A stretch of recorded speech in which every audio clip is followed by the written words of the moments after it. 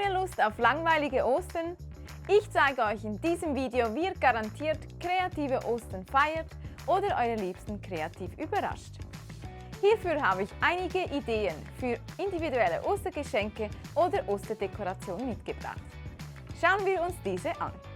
Fotosticker für persönliche Ostergeschenke, Mini-Wanddekoration als Deko im Osterlook, kleine Ostergrußkarten, Fotosticker für die persönliche Geschenkbox, die Maxi-Grußkarte für speziell große Grüße, die Einladung zum Osterbrunch, das Digitalfoto oder der Square Print für die persönliche Fotobox, die Fotountersetzer für das Osteressen oder das selbstklebende Fotoposter als Dekoration.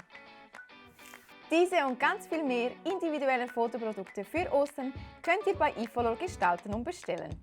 Zum Verschenken oder für euch selber. Denn langweilige Ostern war gestern.